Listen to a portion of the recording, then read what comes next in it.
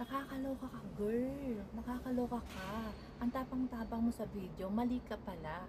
Siguro naman po nabalitaan nyo na itong isang kabayan natin na hinarang sa Clark Airport sa immigration dahil po na-scan po ang kanyang luggage at may kaduda-duda pong nakita doon ng ating x-ray officer, kaya po ito ay nirequest na buksan at siya pa ang galit. At nakita nga po doon na may dalawang bagong mobile. So, bakit nga ba siya sasinita? Sa kanya pong declaration form, nakasaad doon, declaration form kung may mobile, ang sinagot niya is no. So, ibig sabihin, nagsinungaling ka. Okay, nagsinungaling ka. Sinabi mo wala kang mobile. Na bago na nakita, pero nakita doon po sa log.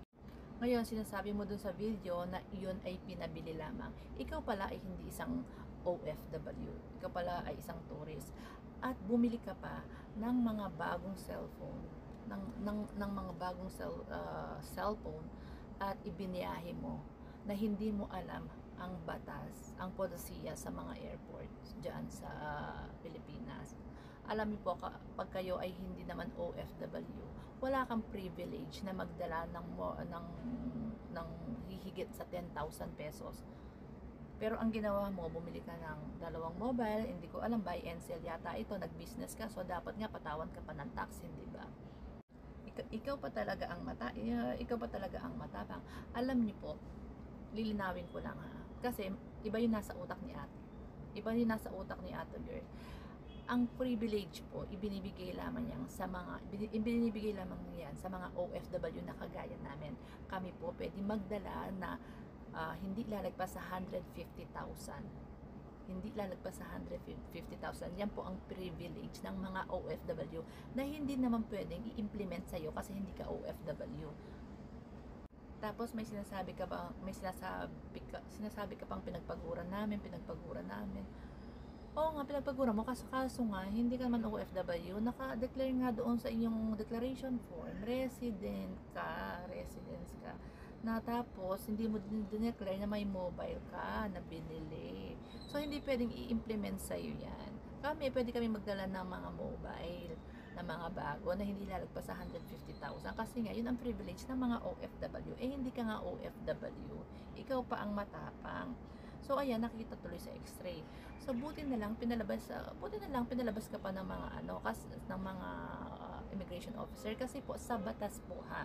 Sa batas, kung hindi ka naman OFW, tourist ka, nagdala ka ng ganyan, i-confiscate po yan. I-confiscate yan, tapos papatawang ka ng penalty para makuha mo yan. Ganun po ang batas. So, wag po tayo magtapang-tapangan kung hindi naman po natin alam yung batas. Ngayon, sinasabi mo pa sa mga interviews mo na hindi yan bago, Reeboks yan. So, sino ang niloko mo? Panoorin mo nyo po yung video na yan. Kung kayo ay matalinong tao, sa tingin mo, Reeboks yan. Ako, sa opinion ko to ha, hindi yan Reeboks. Bags, sealed po totally sealed po yan. Bagong-bago. Hindi po yan Reeboks. Hindi mo ako malolo. Pasensya na kahit magkababaryo tayo. Pero kapag mali, hindi ka pwede tapangan ng mali ka. And dapat sundin natin yung batas. Okay, sasabihin ng iba, ba't yung iba nakakalusot? Yung iba, ang daming perfume na nadadala. Yes, kung hindi naman siya commercial quantity, and pasok ka naman dun sa privilege as OFW, so lalagpas po yan. Marami din naman nakakalusot talaga, minsan 3 cellphone pa, 7, ganyan. May mga officer kasi na nasa trabaho pero mga tamad.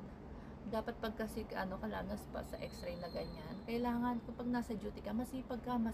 Kaso yung iba, mas marami nakakalusot, natsyempuhan ka. Anyway, tourist ka kasi, tourist talaga, makikitaan ka talaga, no? So, mali ka talaga, girl. Mali ka talaga. Kaya nga hindi ka makakampihan din ni Arnel Ignacio kasi mali ka, hindi ka OFW. Dapat marunong kang sumunod sa batas, at kailangan bago ka bumili ng mga ganyan, bago ka nagbiyahe, alamin mo yung mga batas sa isang bansa, sa immigration, sa mga airport. Kahit hindi ka kung sa susunod na yung pagbabiyahe, pupunta ka uli sa mga ibang bansa, dapat alamin mo. Yan ang problema sa ating mga Pilipino. Ay, bakit ito nakalusot? Bakit ito nakalusot? So, gagayahin nila ngayon. Pag natsyempuhan po kayo, huwag kayong magsisisi, huwag kayong magko-complain. Kasi nasa batas yan eh. Nasa polisiya yan ng airport. Ay, nako. Tatapang pa. Okay lang naman po yung video. At least, lesson learned na rin yan. Okay naman talaga yung video. What if tama siya, di ba? Pero nga dito, sa natuklasan natin, is mali siya. Hindi po siya OFW. Hindi siya OFW. Kaya hindi pwedeng ibigay yung batas sa kanya as dung na-i-implement yung batas ng OFW sa kanya. Wala siyang privilege. No? Dapat alam niya yun. Dapat alam natin mga Pilipino yun. Dapat alam niyo po, ang polisiya, time by time, ina-update po yan, ine-enhance yan, ina-amend yan kapag may idadagdag sila. Kaya ngayong iba, sabi ng mga followers ko, ba nung umuwi kami, nakalusot daw yung mga perfume. Yeah, siguro noon nakalusot. Ngayon kasi, inamend na naman, may mga pag-e-enhance po na ginagawa ang ating gobyerno. O kaya nga may mga declaration form na, may iba ang privilege ng OFW, iba ang privilege ng tourist, di ba? Sa kanya, tourist. Tapos, ginawa niya pang business. Di ba? Dapat nga patawan siya ng ng tax ng gobyerno. Siya pa matapang. Anyway, mga pasaway na OFW.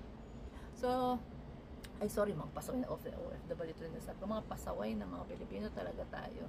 Ay, naku, oo naman.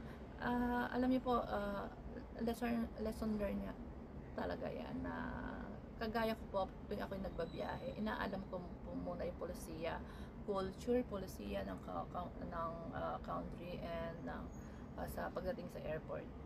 Para, baka bigla ako meron ako nalabag na batas, diba? So, yun lamang.